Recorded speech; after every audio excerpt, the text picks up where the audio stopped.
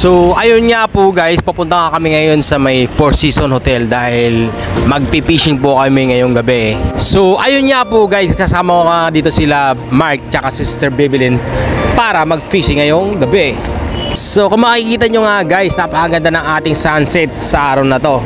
Ayan, makikita mo sobrang ganda, napakaganda niya talaga, as in. So ayan, so nasa harap nga ako, kitang-kita ko talaga ang sunset. Sobrang namang ganda, talaga nakaka-inlove yung sunset dito sa Four Seasons Hotel. So andito na nga kami guys at magpi-fishing na kami. Ayan, so kita nyo nga guys, medyo maraming Pilipino din ang nandito ngayon para mag-fishing or their weekends kasi wala silang mga pasok. So nandito na nga, set up na nga kami ng aming mga gamit at yan, naglatag na kami dito sa tabing dagat. So set up na namin yung aming pamingwit, kasama ko kasi Mark. Pero may mga baon din kami mga pagkain para pag nagutom kami at walang nahuli, so yun ang kakainin namin. So as usual, praying lang na makahuli na marami ngayong gabi na to. So ayun po guys, maraming salamat po. Thank you so much po sa lahat ng mga nanonood.